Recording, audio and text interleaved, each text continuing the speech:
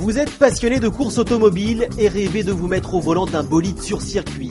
Malheureusement, vos finances ne vous permettent guère d'envisager prendre part à une saison complète.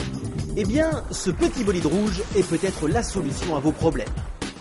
Développé dans le cadre des Hacker Series, un championnat d'endurance regroupant 6 épreuves, la Hacker, c'est son nom, est une voiture de course aussi performante qu'abordable. Au programme, un moteur de moto ultra agressif, des performances de premier ordre et surtout une formule qui permet de prendre part à une course pour moins de 1150 € hors taxe, près de la voiture compris. Ce véhicule est destiné à tout type de course. En fait, nous sommes organisateurs d'un championnat qui s'appelle les Hacker Series. C'est un championnat d'endurance avec ce type de véhicule. Et là, il est destiné aussi aux autres circuits, donc aussi pour faire du rallycross ou circuit asphalte tout court, dans d'autres catégories, dans d'autres courses d'endurance avec des passeports. Et aussi la glace. On va essayer de développer toutes les surfaces utiles.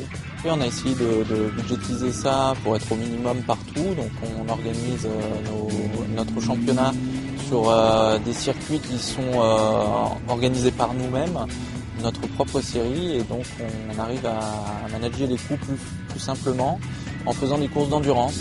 Et donc en multipliant le nombre de pilotes par véhicule, ce qui fait que le coût global de la course coûte moins cher par rapport au nombre de pilotes. Sous le capot, ou plutôt sous cette carrosserie en fibre de verre, se cache un moteur de 2 roues. En l'occurrence, un 4 cylindres Suzuki de 1340 cm3 et pas moins de 200 chevaux. Un bloc extrêmement coupleux, capable d'offrir d'incroyables montées en régime jusqu'à près de 9000 tours minute. Ajoutez à cela un poids contenu à 700 kg et vous obtenez un véhicule particulièrement performant, doté notamment d'accélération foudroyante. Alors c'est un véhicule assez pointu, malgré tout il est très facile à conduire. Et, on a mis des pièces de sécurité dessus comme l'anti-dribbling qui nous permettent d'éviter les casse-moteurs, d'éviter les blocages de boîte, ce qui fait que les pilotes amateurs prennent beaucoup de plaisir à conduire dans ce véhicule et prennent surtout possession du véhicule très rapidement. Il faut dire que sous ce design agressif se cache une machine entièrement préparée pour la course. La Hacker possède ainsi des triangles de suspension, des amortisseurs réglables, des barres anti-roulis et même un différentiel autobloquant.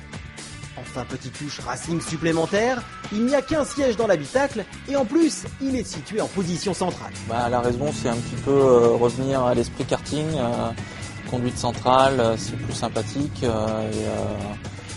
et l'esprit aussi Formule France de l'époque qui était très bon, typé monoplace. C'était aussi pour suivre les réglementations FIA au niveau de la tubulure du châssis. Et en effet, cette position de conduite donne l'impression de conduire un kart. D'autant que dans ses réactions, l'auto est à la fois directe et précise. Malgré une direction un peu ferme et des pneus slick pas franchement adaptés au tracé humide de notre essai, la Hacker nous est apparue très facile à prendre en main. Nous avons notamment apprécié sa boîte séquentielle à 6 rapports, au débattement très court et le bruit particulièrement grisant de son moteur.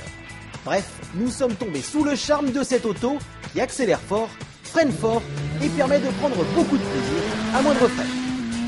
Pour information, sachez que le championnat Hacker Series débutera en mai prochain à Alès, dans le Gard.